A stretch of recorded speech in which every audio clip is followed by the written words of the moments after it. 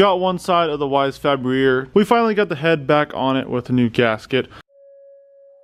What is up, guys? Welcome back to another John Drives video. Today it is a big day for the S14. We got it in the air right now, and today it is time to install some WiseFab. However, it is not the front angle kit, it is the rear kit, so it has the whole knuckle, arms, all the goodness. So it is still brand new, wrapped up. We have the knuckle, we have the lower control arm, we have all the other arms with it. So let's go ahead and start unwrapping this stuff and get it on the car. Quality with the saran wrap. Oh yeah, the saran wrap is key.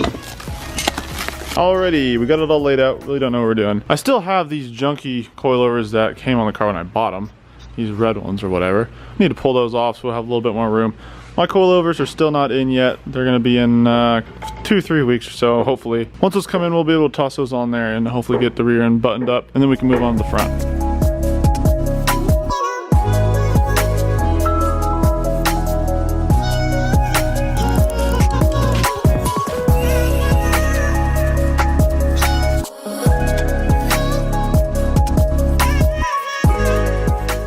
Well, we got all the WiseFab arms on. They took a little bit of persuasion, some of them, but we got it all on there, just kind of loosely hand tightened for now. Now we're gonna put the knuckle on there officially.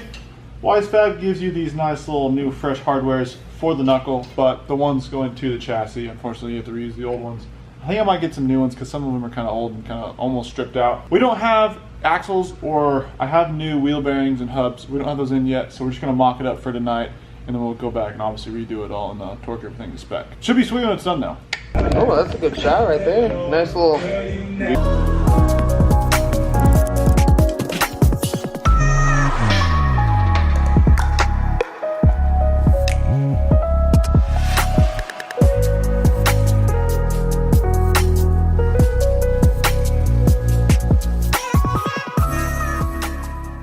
Got one side of the WiseFab rear just kind of mocked up here. It looks really good. It looks sick. I really like how it turned out. Like I said, we will have to take off a couple of these two arms and fold it back and get all the rest of the stuff in there. I did get the rear subframe back in there with the solid subframe bushings. If you didn't see the last video in the S14, I did bedline the subframe, so it looks good, and welded in the reinforcement plates.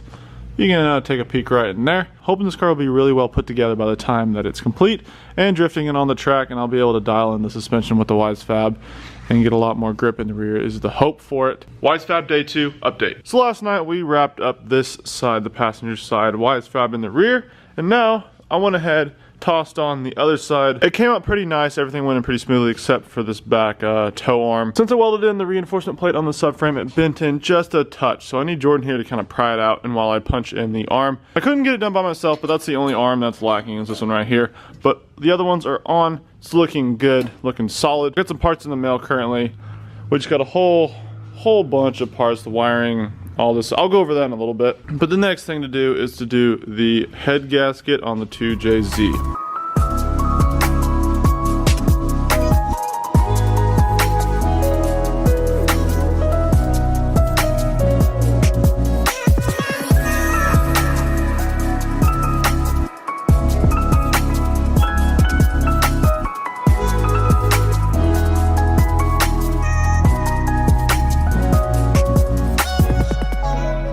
So I got the cams out of the 240.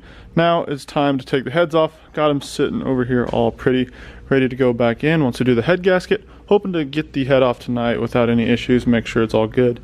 And clean it all up, throw on the new head gasket. I'm not sure how far we're gonna get. Trying to get as far as we can so we can get it back in the car as soon as possible. Just took off the heads here. We're gonna go ahead and turn the crank and look at the cylinder walls, see how they look, and get this old head gasket off here. Oh, that's kind of nice. Little update on the 2JZ. So we've been working on cleaning the mating surface off the block, and not quite the head. We've gotten quite a bit of the junk off. There's a shot of it right there. It's decently smooth. Now I think we're gonna go ahead and run up to Walmart up the street, see if they have this little Scotch-Brite kind of this attachment, so we can really smooth it out, polish it out, get all the imperfections out. And we should be good to go on the block. And on the head over here, we definitely have not started that because it is aluminum. We didn't want to take a razor blade to it and scratch it, so we will just be doing the Scotch-Brite on that, cleaning all the gunk off of it, get it ready to go for the new head gasket.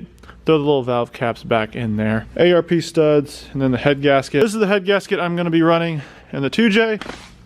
Heard good things about it. Supposedly it's better than just the OEM one that came in this gasket kit. Hoping Walmart has the attachment to clean the stuff, or I'll have to go to Harbor Freight tomorrow.